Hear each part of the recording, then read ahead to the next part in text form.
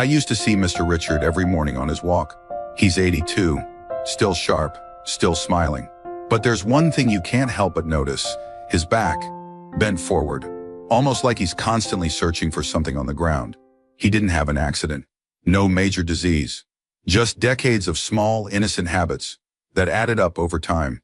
You know the kind: sitting too long in a soft chair, looking down at your phone for hours, sleeping with too many pillows, bending over when you sweep the floor. Little things we all do.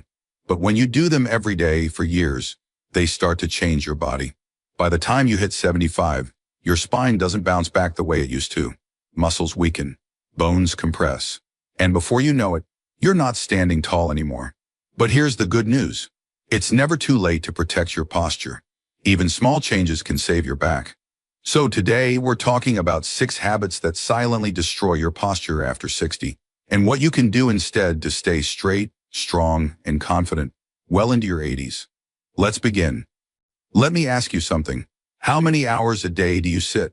If you're like most people over 60, it's probably more than you think. A little TV in the morning, reading the paper, lunch, a nap in the armchair. Before you know it, you've spent 8 to 10 hours sitting, sometimes without standing up for more than a few minutes. Now here's the real problem. It's not just the sitting, it's how you sit. Soft couches that sink your back in, slouching forward to reach the remote, crossing one leg over the other for hours, hunched shoulders, neck tilted down, spine curved like a question mark. Over time, that posture becomes permanent.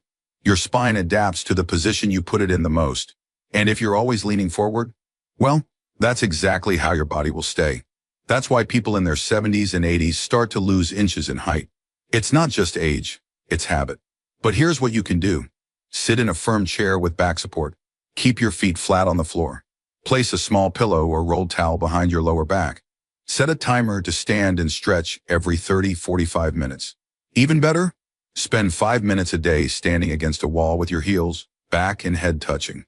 It helps your muscles remember what upright feels like. Your spine has carried you your whole life. Let's return the favor, starting with how you sit. Technology has made life more convenient. We can video call the grandkids, check the weather, even read the news, all from a tiny screen in our hands. But there's one thing nobody tells you about these little devices. They're wrecking your neck and upper spine.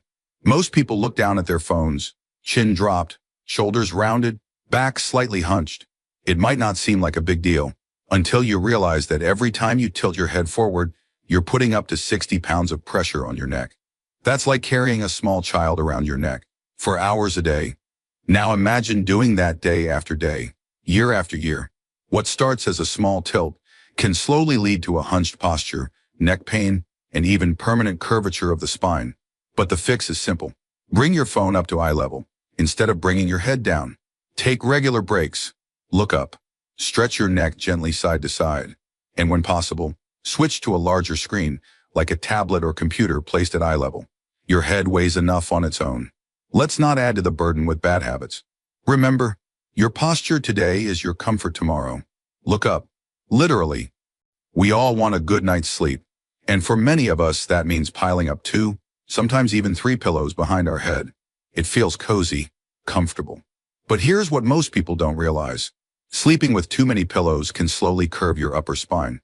When your head is propped up too high, your neck is pushed forward unnaturally. Over time, this position causes your spine to lose its natural alignment. Instead of resting flat, your neck stays bent through the night, sometimes for 7 to 8 hours straight. Night after night, this adds up. The muscles in your upper back stretch too far. Your neck gets stiff. Your shoulders start to round forward. Eventually, you might even notice that it's harder to fully stand up straight in the morning. That's exactly what happened to my neighbor Ellen. She swore by her mountain of pillows until the morning she woke up with terrible neck pain and a visible stoop in her posture. By the time she tried to fix it, it had become a daily discomfort. Here's what to do instead. Use one medium firm pillow that keeps your neck aligned with your spine. If you sleep on your side, place a small pillow between your knees to reduce strain on your lower back. And try to sleep on your back when possible. It's the best position for posture. Your spine does its healing at night. Let it rest the way it was designed to. You'd be surprised how many times a day we bend forward without thinking. Picking up laundry, sweeping the floor, reaching for something under the sink. These little moments don't seem like much, but over time, they shape your posture more than you realize. The most common mistake? Bending from the waist instead of the knees. When you bend from the waist, your back rounds and your spine takes all the pressure. It's hard on your discs, your muscles, and your posture. And if you do it dozens of times a day, while vacuuming, gardening, even brushing your teeth, it trains your body into a forward-leaning position. I once visited my cousin Martha. She's 78 and still full of energy. But I watched her fold clothes, unload groceries, clean her cat's litter box, always hunched over. Now she's dealing with chronic lower back pain and a spine that won't straighten fully. Here's how to fix it. Whenever you reach for something low, bend your knees and keep your back straight. Use a small stool or kneeling pad for tasks close to the ground. Hold heavier items close to your body when lifting. And don't forget to stretch your back and shoulders after chores. Your spine is not meant to be a crane. Move smarter, not harder, and your back will thank you for it. Let's face it, after 60, most of us slow down, and that's okay. But here's the truth. When we stop using our muscles, we start losing them, especially the ones that hold us upright, like the core, back, and hips. These muscles are like the scaffolding of your posture, and without regular strength work, they weaken, causing you to hunch, wobble, or even struggle to get out of a chair. I met a man at the park once, Roger, 76, tall, straight-backed, and quick on his feet. I asked him his secret. He smiled and said, 15 minutes of light resistance training, 3 times a week. That's it. You don't need heavy weights or a gym. Just bodyweight squats, light dumbbells, or resistance bands. Even lifting soup cans while seated can help. And don't forget posture-focused moves like wall angels or back extensions. It's not about building big muscles. It's about keeping your body strong enough to support you, with pride and balance. Because staying upright isn't just physical. It's a statement. I'm still here, and I'm still standing tall. Here's something not many people talk about. Your bones don't stop changing just because you've stopped growing. In fact, after 60, your bones become more fragile. And if you're not giving them the nutrients they need, they quietly become weaker. Until one day, a small stumble or bump leads to a fracture. Or worse, your spine begins to compress, causing that slow forward curve we see in so many older folks. I remember visiting a family friend, Gloria. She was always full of energy. But one morning, she reached for a coffee mug, lost her balance, and fell sideways. The result? A fractured hip and a visible change in her posture.